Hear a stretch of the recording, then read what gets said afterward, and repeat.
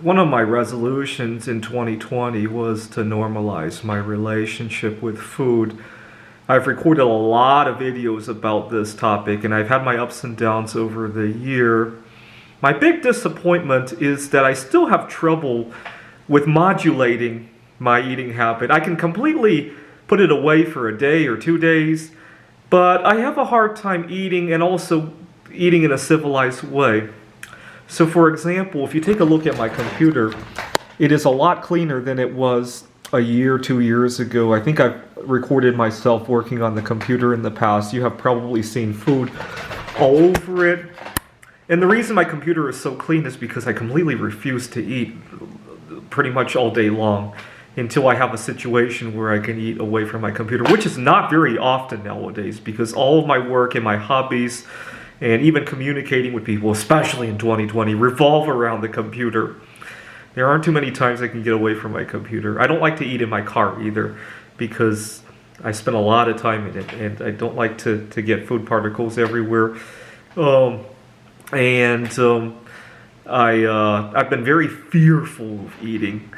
I need to have some way to be able to dial my eating.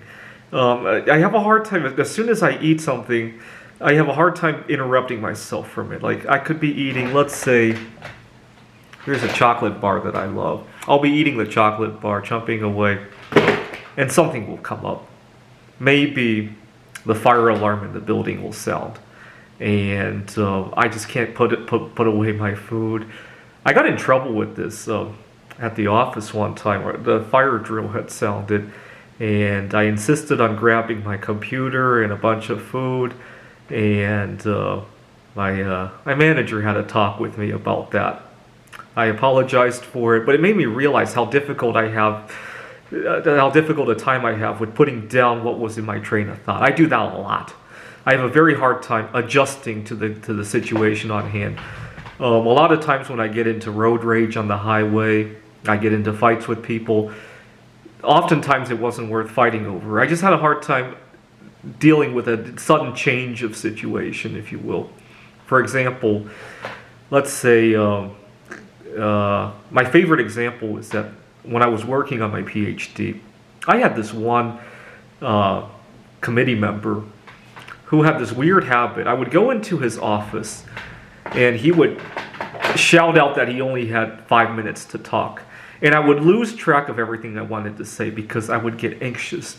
In reality, I only had 3 minutes of material to share with him, but I go in and he says, I only have 5 minutes! And I completely lose track. I learned to keep good notes of what I wanted to say before I go into his office, and I learned to expect that he would say, I only have 5 minutes.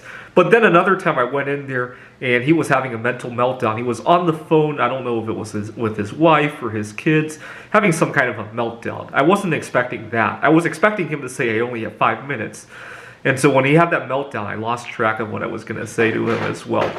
So I have a hard time dialing what I need to do to adapt to the circumstances. I have the script in my head, and as soon as things break away from that script, I have a hard time. I kind of lose traction with the situation on hand.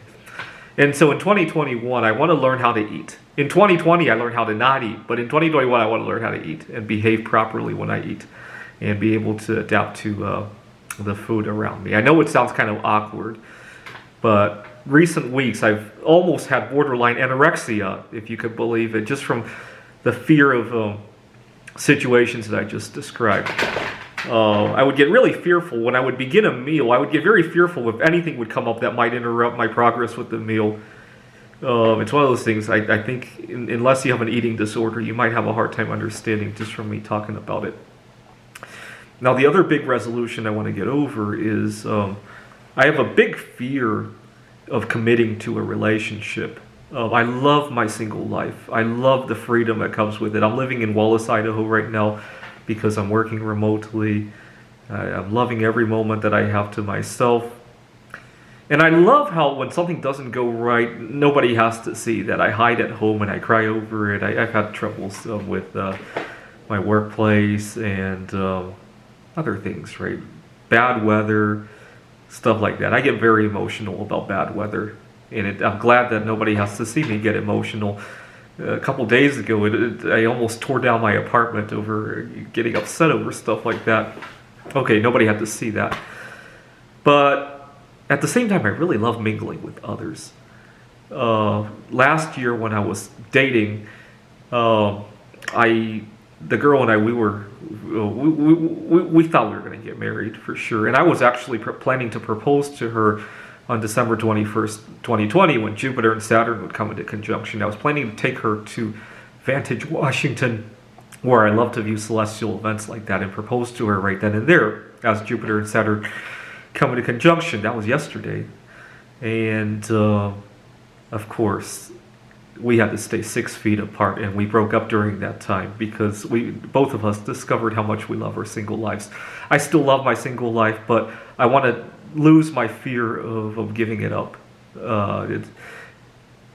Earlier this week, I went home to Seattle to see some people I knew there, and once again, I got into a situation where the idea of one day giving up my single life came up, and I got very depressed over that. I almost couldn't see as I was driving back here because I was just out of it. And what was really nice was when I went to view the conjunction in Vantage, I really focused on it because I viewed it like it was the last thing I was ever going to do as a single guy. That was nice. Anyway, I want to learn how to eat with good behavior and learn that life can be enjoyed with a partner and without, right? Maybe both can be done simultaneously, and we can keep some good boundaries in our relationship.